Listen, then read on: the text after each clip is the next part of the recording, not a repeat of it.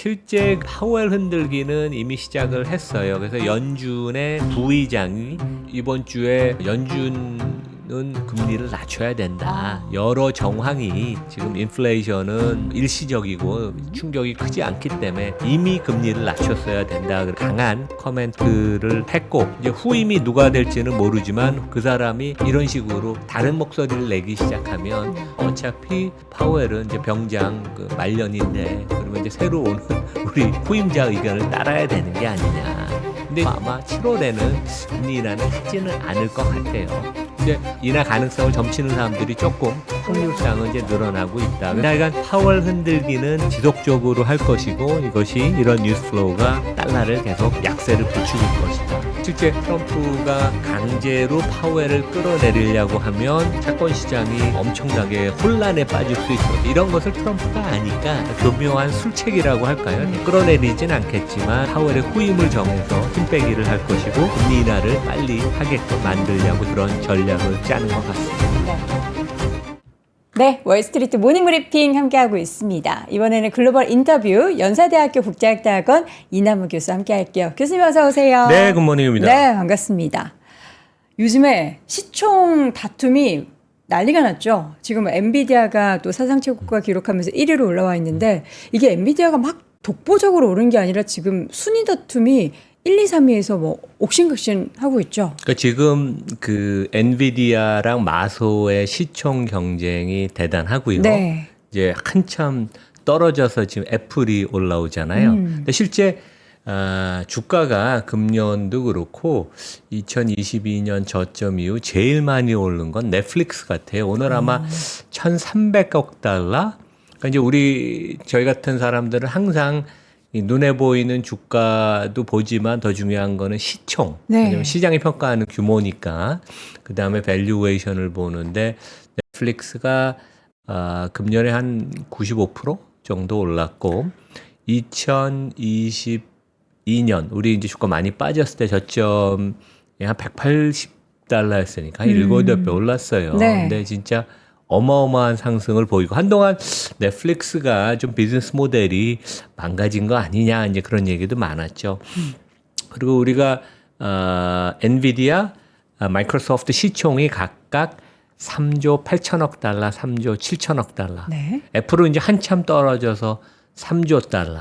근데 제가 아까 좀 전에 오면서도 펄을 이제 보통 우리가 이제 금년 예상치 이익 대비 주가가 배수가 얼만큼 되냐. 이제 펄을 놓고 보면 엔비디아가 한 35배. 네. 그러니까 이제 펄가 높다는 건 성장성이 높고 리스크가 나름 적고 그다음에 거버넌스가 좋다는 얘기인데 엔비디아가 35배, 마소가 33배. 네. 그리고 애플이 원래 30배가 항상 넘었었는데 그러니까 AI를 좀 잘 못하는 거 아니야? 뭐 중국에 대한 우려 이런 것 때문에 퍼가 25배까지 내려왔어요. 그러니까 이제 시장이 페널티를 주는 거죠. 네. 그래서 시총 경쟁이 상당히 재밌다. 테슬라가 1조 1,000억 달러인데 제가 좀 전에 확인해 보니까 TSMC가 주가가 최근에 많이 회복을 해서 TSMC 시총 한동안은 삼성전자가 우리 경쟁으로 꼽았는데 TSMC 시총이 테슬라를 추월했습니다. 1조 2천억 달러. 네. 그러니까 이제 어마어마한 겁니다. 우리 이웃 나라의 대표 기업이긴 하지만 그렇죠. 되게 부럽기도 하고. 저는 오늘 아침 지금 방금 말씀해 주셨던 기업 중에서 넷플릭스가 가장 좀 충격적이기는 해요. 사실 M7 종목만 맨날 봤지. 그 옛날엔 M7에도 포함을 시켰었죠. 맞아요. 우리가 그러다 이제 좀 얘는 작은 거 아니야. 그래서 이제 뺐었죠. 예. 넷플릭스가 사실 지난 4월에 실적 발표할 때 우리 2030년까지 시가총액 1조 달러 만들겠다라는 네, 맞습니다. 저도 기억이 했어요. 나요. 근데 그때 주가가 이제 1,000달러 밑에서 이제 거기서 이제 박스권에서 좀 몇 개월 움직였거든요. 근데 못 본 사이에 지금 벌써 1,300달러. 이 2달 사이에. 그러니까 저는 미국 기업 보면서 미국 기업은 청사진을 제시하는 게 약간 우리가 속칭 얘기해서 부풀려서 우리 막 이렇게 다 할 거예요 이런 느낌이 아니라 진짜 한다면 한다라는 느낌이 들어서 그걸 또 주주들이 다 믿는 거잖아요. 그런 신뢰감이 대부분 너무 이제 부러워요. 그 목표를 네. 달성을 맞아요. 하고, 그러니까 그 목표라는 것은 그 CEO 혼자 생각해서 떠드는 게 아니라 이사회에서 다 승인을 받는 그 책임이 부여가 되는 그런 목표 아니에요. 그러니까 그 실현 가능성이 있는 목표를 제시를 하고 주주들은 저런 청사진을 지금 제시하는 저런 기업을 믿을 수 있다라는 그런 레포 같은 게 미국 주식이나 기업들이나 시장에서 다 그게 통한다라는 게 너무 부러워. 그러니까 넷플릭스는 이제 콘텐츠 전 세계 콘텐츠에 대해서 독점하는 거에 대해서 이제 그 파워가 더 많아졌고 네. 저도 뭐 구독하고 나서 뭐 한 7, 8년 동안 해지한 적이 없을 정도로 약간 유틸리티 같이 이제 변하니까 유틸리티 그러니까 애플이 유틸리티 아니냐 이제 그렇게 생각해서 펄을 30배, 35배 줬는데 네. 이제는 좀 생각이 투자가들이 많이 바뀌어서 퍼가 많이 내려온 거고 넷플릭스는 이제 퍼가 뭐 50배가 넘습니다. 그래서 그 판단이 맞는지 모르겠지만 하여간 지금은 높은 진짜 어떻게 보면 M7에서 밸류에이션 제일 높은 게 엔비디아 35배, 아마존 33배인데 그거보다 높은 50배 정도 펄을 주니까 대단합니다. 예. 진짜 대단한 것 같습니다. 정말 기대를 하지 않았던 분야에 있어서 선방을 또 펼치고 있는 넷플릭스. 여러분들 또 향후에 정말 넷플릭스의 주가가 저희가 지금 이제 4월에 $1,000 아래였고 지금 6월 말 기준으로 1,300불인데 과연 또 이제 오징어 게임 3가 또 곧 오픈이 되잖아요. 네, 그게 그렇죠. 또 얼마나 파장을 일으키게 될지 소식 전달 드리도록 하겠습니다. 자, 오늘도 역시나 영어 문장으로 시작해 볼 텐데요. 오늘의 영어 문장 한번 읽어주실까요? 영어 문장은 되게 쉽습니다. 네. Which accounts made the most money?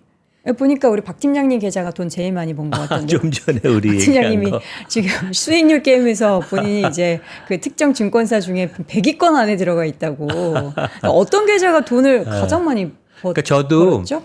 그 이제 지난주에 우리 이제 봄학기 끝났는데 네. 학기 시작하면 모의 투자 게임을 우리 학부랑 대학원 수업에서 하는데 근데 솔직히 3개월 한 학기에 투자 성과를 평가하는 건 너무 짧아요. 진짜 짧은데 그러니까 1등한 학생하고 꼴찌한 학생 둘 다 상을 줍니다. 왜냐하면 꼴찌도 그렇게 꾸준히 틀리면 그거를 반대로 하면 되니까 네. 그래서 지속적으로 틀려라. 근데 이제 이 질문이 뭐냐면 미국 투자가가 지난주 이번 주에 와서 제가 식사도 하고 그랬는데 그 피델리티가 미국에서 주식형 펀드를 가장 크게 하는 뭐 지존이죠, 지존.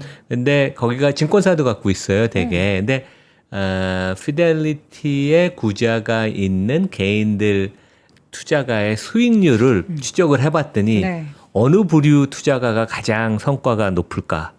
이제 제가 힌트를 드리겠습니다. 네, 대한민국에서도 여러 증권사들이 서베이를 해요. 네. 그래서 여기 밑에 보는 건 NH투자증권이 2021년 1월부터 7월 사이에 이제 남녀, 성별 아니면 연령별로 이렇게 이제 조합을 해서 하는데 미국 피델리티에서는 어떤 유형의 투자가들이 가장 수익률이 높았을 것 같아요. 회전율이 좀 낮은? 맞습니다. 근데 네. 가까워요. 돌아가신 분들. 안 파신 분들. 그러니까 매매를 전혀 안 하니까. 못 하시니까. 그러니까 이제 그 우리나라도 돌아가시면 금융계좌가 이제 시차를 두고 사망 신고를 하면 폐쇄하잖아요. 네네. 은행도 그렇고 증권사도 그렇고. 그런데 이제 미국도 그렇겠죠. 근데 이제 할아버지 할머니 분들이 돌아가시고 나서 휴명 계좌가 되고 자식이 승계하기 전에 네네. 매매가 전혀 없으니까 돌아가신 분들 계좌가 제일 높다. 미국 시장에서는 정말 장기 투자가 얼마나 많은 성과를 내는지에 대한 리코드들이 많잖아요. 데이터들이 많잖아요. 그렇기 때문에 믿을만 한데 과연 그게 이제 국내로 이렇게 적용을 했을 때 그러니까 과연 맞는지. 자산운용사 대표한테 제가 네. 그저께인가 그 얘기를 했더니 그건 미국 얘기고 그러니까요. 한국은. 근데 한국도 요즘 바뀌고 있습니다. 근데 이제 NH증권이 4년 전에 했을 때를 봐도 여성이 남성보다 투자 수익률이 훨씬 높고 3배 네. 정도 높고 가장 낮은 것은 20대 남자. 치고받고 투자를 파이팅 매매를 넘치게. 많이 하니까 저희 보면은 회전율이 유일하게 마이너스입니다. 838%래요. 반면에 가장 회전율이 낮은 60, 70대 여성분들, 네. 그러니까 남성 20대보다 뭐 매매 빈도가 한 3분의 1, 거기가 가장 높죠. 그래서 아이가 뭐 우리가 아침에 약간 네. 좀 농담으로 제가 돌아가신 분 계좌가 제일 높다고 그러는데 한국도 아마 그럴지 몰라요, 되게. 좀 보면 10대도 회전율이 낮고 전체 수익률이 이제 높은 거는 아빠 엄마가 이제 증여를 한 계좌니까 묻어두는 그렇죠. 거니까. 묻어두는 거니까 비슷한 겁니다. 되게. 네. 여러분들이 또 이걸 보시면서 어떻게 좀 생각의 전환, 그동안 매매를 많이 하고 회전율이 좀 많으셨던 분들이 생각의 전환이 있으실지는 모르겠지만 저희가 꾸준히 이런 데이터들은 보여드리도록 하겠습니다. 자, 오늘은 또 어떤 이야기를 좀 나눠볼까요? 그러니까 매크로 얘기, 그러니까 지금 화제가 되는 게 그 트럼프가 무소불위의 지금 권력을 휘두르는데 뭐 유럽의 정상들도 뭐 무릎을 꿇어서 이번에 나토 회의에 그냥 트럼프를 위한 그 회의였다. 이제 그럴 정도로 그런데 딱 한 명이 자기 마음대로 안 됩니다. 그게 이제 파웰 의장이고 그것은 파웰 의장이 연준의 독립성의 상징이고 이것을 흔들면 미국 전 세계 금융시장이 휘청할 것이고 달러의 위상이 안 그래도 이미 최근에 달러 약세인데 그래서 이제 눈에 티 같은 그런 존재여서 그 대신 이제 트럼프가 워낙 머리가 뛰어나니까 그 후임을 미리 발표를 해서 힘 빼기를 하자. 그리고 이미 연준의 부의장을 트럼프가 여성분을 3월에 그 임명을 했는데 그분이 벌써 이렇게 흔들기 시작해요. 금리 인하해야 된다. 그래서 그러니까 사방에서 이제 압력이 오는데 하여간 누가 될지 모르고 뭐 지금 우리가 그것을 예단을 하는 건 큰 의미는 없는 것 같은데 이게 결국 그 달러 약세 로 이제 이어질 텐데 이제 우리 투자가분들은 이제 미국 주가가 올라가서 좋지만 달러가 약세면 어떡하지 이제 그 얘기를 제가 드릴게요. 근데 네. 이제 아주 장기로는 전 세계의 투자가들이 가령 그 한국에 투자할 때 우리 뭐 원화가 약세니까 한국 주식을 판다 건 아닙니다. 길게 투자하는 사람들은 환율은 나의 수익률에 뉴트럴하다고 생각해요. 왜냐하면 우리가 달러가 약세이면 우리가 그 달러 투자한 금액은 그 환산하면 원화로 환산하면 조금 손해를 볼 수 있지만 그렇죠. 달러가 약세이면 미국 수출 기업은 이익이 더 좋아집니다. 그러니까 넷하면 그게 상쇄가 되거든요. 중장기적으로 네. 이제 그렇게 그러니까 약간 환해지는 가급적이면 안 하는 게 좋다. 이제 그런 말씀이고 방산 얘기를 좀 제가 하려고 그래요. 그래서 뭐 국내에서도 뭐 한화 에어로스페이스, 뭐 두산 에너빌리티, 뭐 조선 주가들 엄청 상승하는데 난리죠. 전 세계적으로 지금 뭐 똑같습니다. 그래서 이제 그 얘기 이것도 어떻게 보면 트럼프가 이제 뭐 유럽, 일본, 한국 다 방위비 대비 5%까지 방위비 그러니까 예산 대비, 그러니까 GDP 대비 방위비를 지출을 하라 이제 네. 그런 주장에서 나오는 거고 그 로보택시 뭐 제가 다시 얘기할 필요는 없는데 결국 이것을 성공으로 봐야 되는지 실패를 봐야 되는지 이제 그거에 대한 좀 저의 평가 그 얘기를 좀 말씀을 드리고 싶습니다. 알겠습니다. 먼저 먼저 주가가 테슬라 주가가 8% 뛰었다가 네. 이제 그 후로 2, 3일 사이에 다 반납을 했잖아요. 네, 네. 그래서 이제 원점으로 다시 돌아왔는데 예. 알겠습니다. 먼저 파월 후임 얘기부터 좀 해보도록 할게요. 지금 아직 누구인지는 정해지지 않았지만 거의 이제 파월 의장에 대한 그 시장에서의 힘을 쫙 빼게 만들려는 트럼프의 맹공격이 이어지고 있어요. 그러니까 거의 모든 전 세계 이슈에 다 개입을 하고 자기 마음대로 하는데 진짜 파월은 지금 이제 그 계속 발언을 날리긴 하지만 네. 실제 어떻게 하지 못하는데 이제 파월의 임기가 내년 5월까지고 임기를 채울 것으로 보입니다. 이제 이것을 이분을 뭐 강제적으로 트럼프가 어떻게 해고할 수도 없지만 그렇죠. 하여간 그런 시도를 한다면 금융시장이 어마어마한 큰 충격에 빠지고 네. 그것은 이제 트럼프가 감내하기는 어렵죠.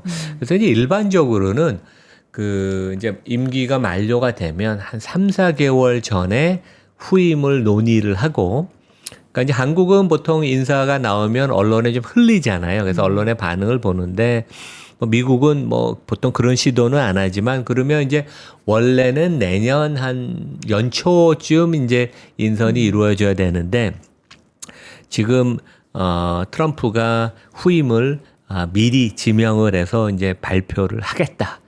그리고 이제 어떠한 인사가 되든 간에 그분이 파웰과 다른 의견을 계속 내면 연준의 이사회에 대한 신뢰도에 흠집을 내고 그 다음에 이제 파웰 본인에 대해서 이제 힘 빼기 작전에 들어가겠다. 그래서 스스로 이제 좀 기운이 빠지게 자신감을 상실하도록 만들겠다. 이제 이게 네. 어떻게 보면 트럼프의 전략인데 이제 문제는 금년 내내 지금 달러가 계속 약세인데 왜냐하면 금년 들어서 한 10% 이상 그 하락을 했습니다. 그러니까 여러 다중 통화에 대해서. 근데 이제 이번 주에도 달러 지수가 한 1.5% 하락을 해서 향후 트럼프가 이러한 행보를 보이면 달러 약세는 더 지속화될 것이다. 근데 그 시장이 아직도 조금 게스를 하는 게 트럼프 행정부가 강한 달러를 원하느냐, 맞아요. 약한 달러를 원하느냐 그거에 대해서 확답은 없는데 은근히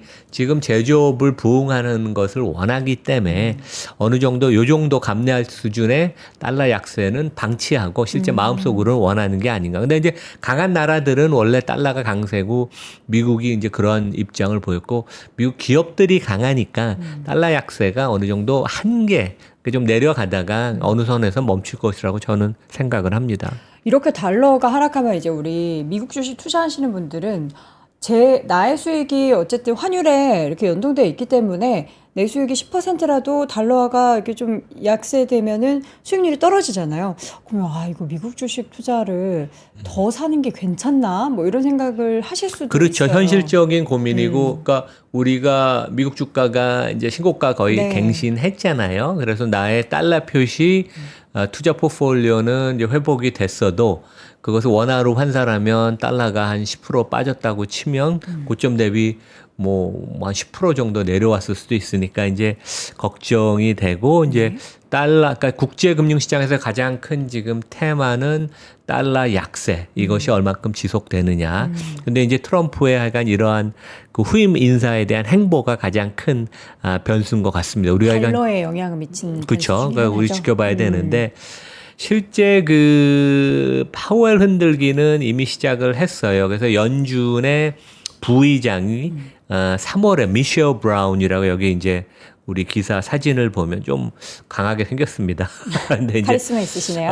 근데 이분이 이번 주에 연준은 금리를 낮춰야 된다. 여러 정황이 지금 인플레이션은 뭐 일시적이고 충격이 크지 않기 때문에 이미 금리를 낮췄어야 된다. 그래서 이제 강한 코멘트를 했고 네. 이제 후임이 누가 될지는 모르지만 후임이 이제 발표가 되면 가령 뭐 8월이나 9월에 그 사람이 이런 식으로 다른 목소리를 내기 시작하면 어차피 파웰은 이제 병장 그 말년인데 그러면 이제 새로 오는 우리 후임자 의견을 따라야 되는 게 아니냐. 근데 이제 기본적으로 여전히 지금 연준 이사회 구성은 금리 인하가 좀 시기상조라고 생각하는 분들이 많아서 아마 7월에는 금리 인하는 하지는 않을 것 같아요. 근데 하여간 좀 인하 가능성을 점치는 사람들이 조금 확률상은 이제 늘어나고 있다. 그래서 뭐 얘기되는 게 뭐 케빈 월시, 케빈 하셋, 케빈 이름을 가진 두 사람이 되는데 뭐 심지어 스콧 베센도 되는데 스콧 베센은 재무장관을 더 하고 싶을 것 같고 마음속으로는 중앙은행 총재가 더 존경받는 자리니까 하고 싶지만 트럼프가 놓지 않을 것 같아요. 왜냐하면 자기 밑에서 베센을 지금 하면서 여러 가지 금융 경제 정책을 지금 잘 끌고 가고 있거든요. 네. 그래서 베센은 계속 밑에 두고 하여간 이 케빈 두 사람 중에 하나나 누가 될 것 같은데 우리가 하여간 뭐 지금 예측해서 그거를 하는 것은 이창용 총리의 후임을 예측하는 것보다 도 어려운 걸로 큰 의미는 없다. 근데 하여간 파월 흔들기는 지속적으로 할 것이고 이것이 이런 뉴스 플로우가 달러를 계속 약세를 부추길 것이다. 근데 실제 제가 지난주에도 그 얘기를 했죠. 뱅크 오브 아메리카 서베이에서 보면 가장 큰 증시의 리스크는 세 번째가 어떠한 그 사태가 벌어져서 미국 채권 시장이 교란되는 불균형점으로 가는 거. 이제 실제 트럼프가 강제로 파웰을 끌어내리려고 하면 채권 시장이 엄청나게 혼란에 빠질 수 있어서 이제 이런 것을 트럼프가 아니까 그러니까 교묘한 술책이라고 할까요? 되게 그래서 뭐 끌어내리진 않겠지만 하여간 그 파월의 후임을 정해서 힘 빼기를 할 것이고 네. 금리 인하를 빨리 하게끔 만들려고 이제 그런 전략을 짜는 것 같습니다. 네. 자, 그래서 장기적으로 봤을 때 우리가 이제 환율이 사실 달러화가 올라갈 때도 아, 이거 내가 옛날에는 1,000원 가지고 한 주 샀는데 이제는 1,300원 주고 한 주를 사서 뭔가 비싸게 줘서 이 주식 투자하는 것 같네 하면서 또 약간 멈칫하고 달러화가 떨어지면 난 수익률이 줄어드는 것 같아서 이거 계속 투자해도 되나 하면서 멈칫하고 이게 환율에 자꾸 연동해서 미국 근데 주식 우리가 투자를 국내 계좌에서 그러니까 외국 투자를 하면 그 포트폴리오의 NAV가 달러로도 표시가 되고 원화로도 맞아요. 표시되고 둘 다 표시되나요? 맞아요. 그러면 내가 이제 피부로 바로 이렇게 느끼는 누르면은 거죠. 바로바로, 네. 그렇죠. 근데 이제 그럴 가능성이 높은 것 같아요. 그래서 하여간 중장기적으로는 환율은 나의 투자 성과에 큰 영향이 없다. 중립적이라고. 이건 경험적으로 전 세계 투자가들이 해외에 여기저기 투자를 하잖아요. 네. 그러니까 해지를 우리가 굳이 할 필요는 없고 해지를 한다는 건 비용이 많이 들고 그다음에 해지가 마음대로 잘 안 돼요. 그러니까 저도 20몇 년 전에 제 해지 펀드를 운영할 때 이제 항상 원화에 대해서 해지를 달러 펀드였기 때문에 했지만 그것이 이렇게 마음대로 의도한 대로 잘 안 돼서 비용만 딱 그 들고 숫자로만 되지 않는다. 장기 투자를 하면 환율은 뉴트럴하게 된다. 왜냐하면 달러가 이제 약세를 보이면 그 해외에서 돈을 많이 버는 미국 수출, 해외 매출 비중이 높은 미국 기업들은 이익이 훨씬 좋게 나옵니다. 그래서 이제 그런 면에 있어서는 지금 금년 2025년 이익 증가율이 컨센서스가 한 7% 여기 보면 그 다음에 2026년이 이제 12% 증가. 그러니까 네. 올해 이익 증가가 하향 조정이 되고 내년 것은 조금 더 상향 조정이 됐어요. 근데 아마 2분기도 한 7, 8% 증가로 지금 예상이 되는 것 같아요. 기업 이익이. 근데 이것보다 이익이 더 좋을 수가 있다. 그래서 이제 이익이 좋다는 것은 주가가 좋을 수 있고 이미 어느 정도는 이제 그 부분은 선 반영됐다고 우리가 볼 수가 있겠죠. 네. 네. 지금 사실 환율 부분을 보면서 투자하시는 분들은 이제 단기적으로 투자하시는 분들은 좀 많이 계산하실 텐데 결국에는 이제 중장기적으로 투자하시는 분들은 이런 부분을 신경 쓰기보다는 내가 어떤 기업을 오래 들고 갈 기업을 고른다라는 그 관점을 더 신경 그러니까 쓰시면 내가 좋을 것 뭐 같아요. M7이나 미국 시장 ETF를 사서 3년, 네. 5년, 10년 그냥 묻어둔다고 생각하면 환율은 크게 걱정을 안 하는 게 그렇다고 미국 달러가 뭐 무한대로 계속 약세로 갈 가능성은 없다고 보입니다. 예. 네. 자, 그리고 투자를 이어갈 때 지금 사실 결국에는 펀더멘털을 봐야 하는데 매출 증가율은 지금 좀 하락하고 있습니까? 그러니까 제가 한 2페이지 정도 그림을 네. 보여드리려고 하는데 지금 이제 제가 지난주에 뜨뜻미지근한 미국 경기는 주가에 좋다 그런 말씀을 드렸잖아요. 그 1분기 뭐 지금 GDP 성장률도 조금 더 안 좋게 나오고 그래서 경기도 지금 가라앉고 기업들의 매출 증가율도 지금 급격하게 둔화되는 모습. 그래서 1분기도 한 4% 매출 증가율. 근데 이제 기업 이익 증가율은 미국 기업들은 항상 매출 증가율보다 이익 증가율이 높다. 왜냐하면 항상 코스트 절감을 하든 생산성을 넓히든 마진을 향상시키려고 노력하고 플러스 자사주 매입을 해서 이제 소각을 하니까 이익 증가율이 매출 증가율보다 높게 나오죠. 그래서 지금 매출 증가율이 둔화가 되는데 그게 네. 큰 시리어스한 문제는 아니고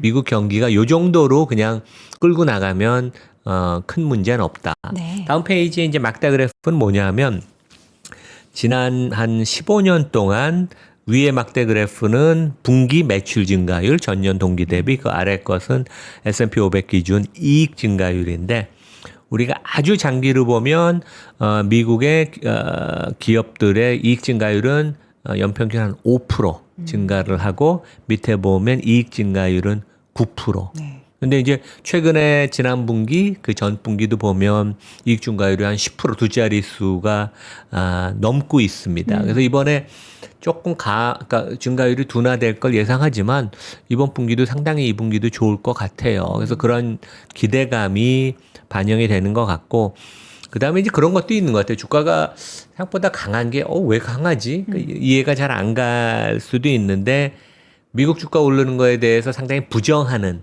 인정을 안 하는 투자가가 많은데 그러면 그럴수록 쇼트 공매도 비중도 크고 그런 사람들은 주가가 올라가면 더 사야 돼요. 그러니까 실제 사람들이 다 불리시하면 더 오를 여지가 별로 없는 거와 반대로 부정적인 사람들이 많으니까 베어리시한 사람은 쇼트를 친 사람은 주식을 환매수해야 되고 주식을 비운 사람은 주식을 살 수밖에 없기 때문에 그렇죠.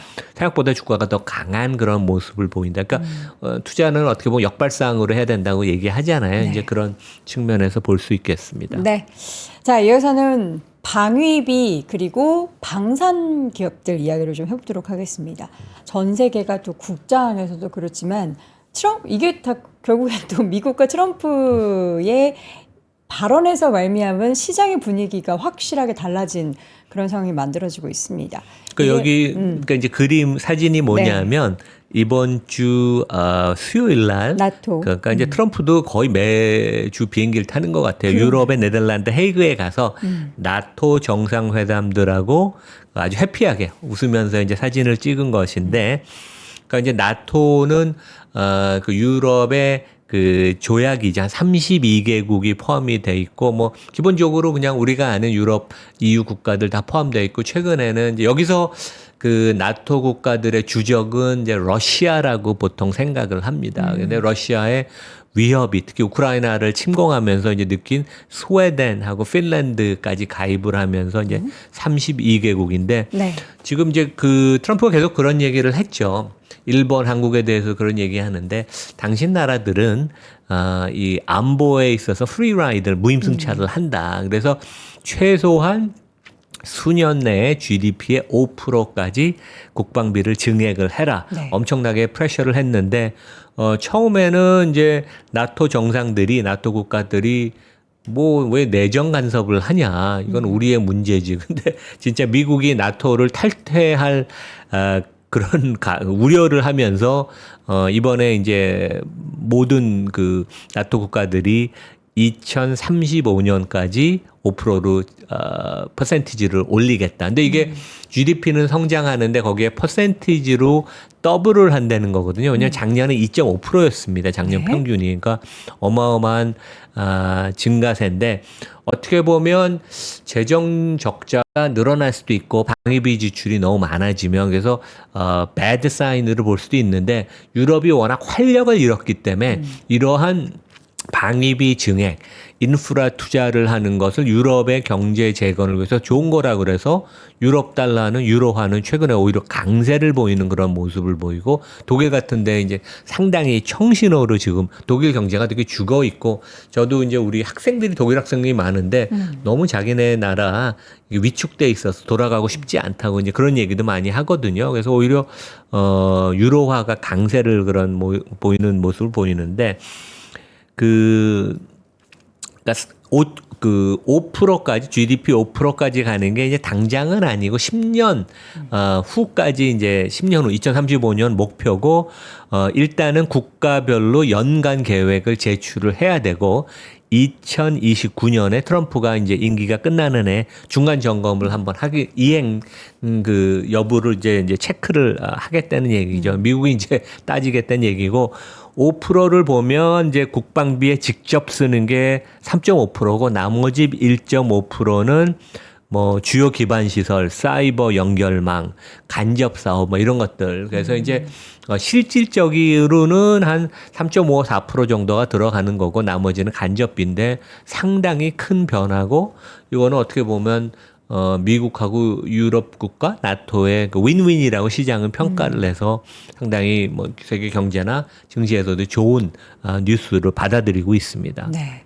계속해서 지금 근데 방위 산업 관련한 이야기들은 지금 단기적으로만 나오는 게 아니라 이게 계속 이야기가 나올 아주 만한 그 장기 큰 테마죠. 그렇죠. 예, 예.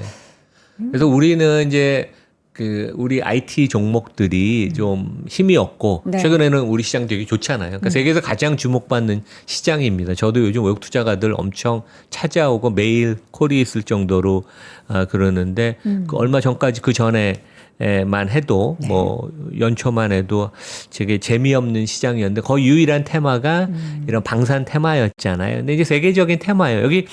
여기 그림 이 사진 뭔지 아세요? 모르겠어요. 뭔가 군사적인 비행기인 것 같은데 미국에서 제트기인데. 떠서 이 이란을 폭격한 아. B2 스텔스 버머. 되게 저는 뭐 뭐, 어마어마한 진짜. 전혀 모르겠습니다.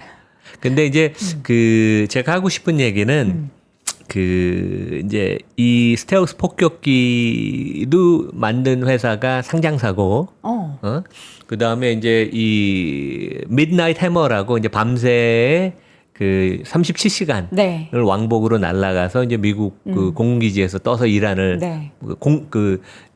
공중 급유까지 이게 기술적으로 되게 어렵다 그러더라고요. 어. 그러니까 높은 데에서 급유를 받아서 해갖고 네. 이제 벙커버스터를 투하를 했다고 그러는데 이 스텔스 폭격기의 이제 제조사가 이제 다음 페이지에 나오는데 Northrop Grumman Corporation. 우리 아마 국내에서는 잘 얘기는 안 하는데 네. 그리고 시총이 커요. 700조 원이니까 700억 달러. 그러니까 한 100조 원쯤 되고 우리 한화 에어로가 제가 어제 찾아보니까 시총이 한 40조 원쯤 됩니다. 그래서 한 2배쯤 되는 회사고 저도 뭐 이 방위 미국이 워낙 좋은 회사가 많기 때문에 뭐 내가 굳이 방위 회사들까지 볼까 뭐 팔란피어는 재미있는 회사긴 하지만 근데 지난 10년 동안 그러니까 1년 동안 주가가 급등하지는 않았어요. 오히려 한 10몇 프로 올랐는데 10년 동안 주가가 205% 올랐고 그다음에 그것을 우리가 이제 복리로 환산하면 연 12%. 그다음에 배당을 한 2% 주니까 지난 10년 동안 총 수익률이 14%. 좋습니다. 상당히. 주가도 이거 10년 동안 보면 변동성이 별로 안 높죠. 거의 매출의 90% 이상을 미국 정부에 관납하는 거고 여기는 이제 뭐 방산, 항공, 우주 뭐 이런 거고 마진도 어느 정도 보장이 돼요. 그래서 한 10%, 15%대 영업이익률이 나고 ROE도 20%가 넘고 되게 그냥 좀 무난한 주식. 그러니까 미국에서는 좀 재미없는 주식이라고 보이지만 하여간 이런 종목도 있고 이런 회사가 또 상장이 돼 있다. 네. 그런 말씀을 제가 드리겠습니다. 지금 그 다음에 인덱스를 몇 가지 가지고 오셨는데 처음에는 MSCI 월드 에어로스페이스 앤 디펜스 인덱스. 오, 계속 엄청나게 그러니까 이게 재미있는 게 최근의 급등은 우리가 그러니까 네. 이제 여기 보면 2010년부터 그러니까 한 15년 동안 장기 전 세계 항공 및 방위산업 지수 아니에요. 되게 MSCI가 이제 발표하는. 근데 당연히 최근에 급등할 거는 우리가 알죠. 여기 파란 선이 그런데 그쵸. 그 전에도 2010년부터 코로나 터지기 전까지도 아웃퍼폼을 했었어요. 되게 시장 대비, 전 세계 시장 대비. 전 세계 시장은 우리가 보통 연 한 8, 9% 오르는데 그것보다 훨씬 퍼폼을 했었다. 그러니까 재미있습니다. 그래서 투자 성과를 놓고 보면 밸류에이션이 높아요. 최근에 주가가 많이 올라서 이제 그런 탓도 있고 여기가 방산이라는 게 약간 정부와의 관계니까 마진이 안정적입니다. 되게. 그래서 퍼가 수익 추정 예상 대비 30배. 그 PBR이 8배. 그 밸류에이션이 높습니다. 그 대신 배당 수익률은 좀 낮고 네. 그러니까 오히려 성장주에 가까운 그런 밸류에이션을 받고 지난 10년 동안은 연수익률이 14%, 전 세계 시장은 한 10%쯤 되는데, 네.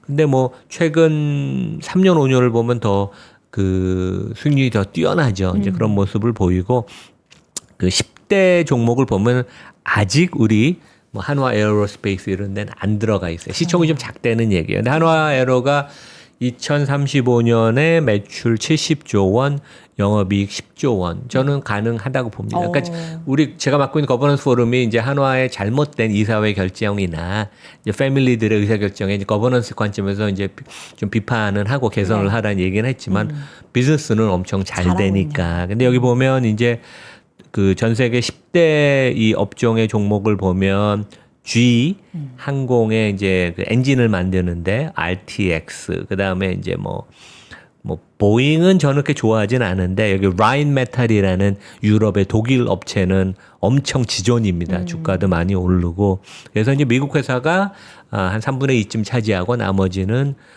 유럽의 업체들이다. 그래서 뭐 이런 그 ETF나 이제 이런 것들도 우리가 좀 관심을 가져보고 아니면 여기 이제 포함된 종목들도 네. 한번 볼만하다. 이제 그런 말씀을 드리겠습니다. 자, 빠르게 또 테슬라의 로보택시에 대해서 이야기를 해보도록 하죠. 주가가 반짝 올랐다가 다시 또 되돌이표를 오늘 그려내고 보니까 있어요.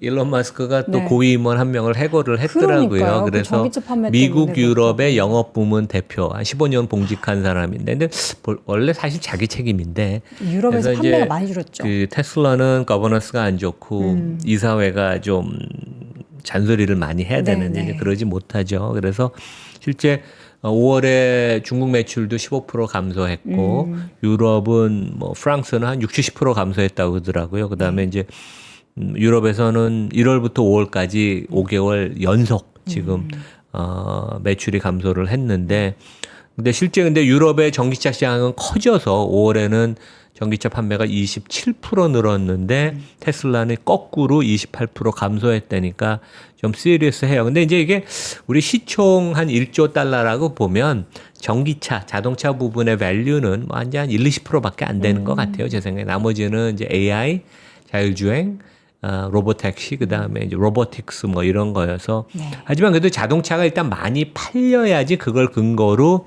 유틸리티 같은 이제 그 자율주행 그 서비스로 이제 매출을 올리니까 그래도 자동차 판매가 중요하긴 합니다. 일단 그리고 또 적자를 보면 안 되니까. 네. 그래서 그 여러 가지 의견이 있어요. 뭐 처음에는 대단한 성공이다. 근데 실제 그 테슬라 좋아하는 애널리스트, 댄 아이브스 같은 사람이나 좀 이렇게 인플루언서들만 좋아해서 약간 홍보성이었거든요. 그래서 저는 주가가 8%그 다음날 올랐을 때 좀 이상하다. 이제 그런 생각이 들었는데 이제 다 반납을 했죠. 근데 이제 우리가 이렇게 생각하면 될 것 같아요. 그러니까 미국은 기업들이 아까 우리 여동훈 앵커도 그런 얘기를 했지만 약속을 지키는 그러니까 이제 실적과 관련돼서 언더 프로미스 조금 뭐 내가 충분히 달성 가능할 그런 목표를 얘기하고 그걸 충분히 달성하고 그래서 이제 분기 실적이 항상 좋잖아요, 우리. 근데 테슬라는 오버 프로미스 좀 크게 약속을 하고 좀 시간을 잘 못 지키죠. 지연되거나 이제 그러는 게 근데 이번은 그래도 이번에 6월 달에 오스틴에서 한 1, 20대 갖고 한다고 해서 그걸 약속을 일단 지켰고 큰 잡음이나 사고 없이 근데 이제 실제 한 8km 되는 아주 그 제한된 구역에서만 한 거예요. 그리고 뭐 요금을 4달러 20을 받았지만 약간 네. 상징적인 거고 그래서 이제 이게 이제 기술로 치면 웨이모랑 격차가 워낙 지금 많이 난다. 그러니까 뭐 그 제대로 와서 정확한 위치에서 픽업을 안 하고 내려주지도 못하고 뭐 여러 가지 조금 테크니컬한 기술적인 에러가 있었는데 하여간 큰 잡음 없이 시연된 것만 해도 다행이다. 근데 일단 기본적으로는 하여간 이 자동차 단가, 로보택시의 단가가 3만 달러나 그 이하로 제공이 되는데 웨이모는 15만 달러에서 20만 달러니까 이게 구글 주가가 이렇게 자율주행에 대한 테마가 형성이 됐는데도 알파벳 주가가 못 올라가는 게 그러니까 퍼가 18배밖에 안 됩니다. 지금 빅테크 중에 가장 낮은데 웨이모가 그게 그 흥행에 성공을 해도 단가가 높으니까 과연 돈을 벌 수 있을까? 반면에 테슬라는 여러 가지 기술적인 그런 조금 그 문제를 해결을 해야 되지만 워낙 차량 단가가 싸니까 돈을 많이 벌 가능성이 있다. 이제 그런 약간 좀 비교가 되는 것 같아요. 그래서 그런 관점에서 우리가 좀 봐야 된다. 예. 조금 지켜봐야 될 순간이군요. 근데 이제 제가 작년에 FSD를 시연해 본 그런 경험으로는 기술적으로는 이제 이걸 택시로 또 전환을 하는 건 또 다른 조금 기술적인 부분이 있죠. 기본적으로 자율주행은 99% 다 와 있다. 네. 이제 그런 말씀을 드리겠습니다. 알겠습니다. 테슬라의 로보택시 관련한 이야기까지 나눠봤고요. 오늘 또 연세대학 국제대학원 이남우 교수와 함께했습니다. 교수님 말씀 고맙습니다. 네, 감사합니다.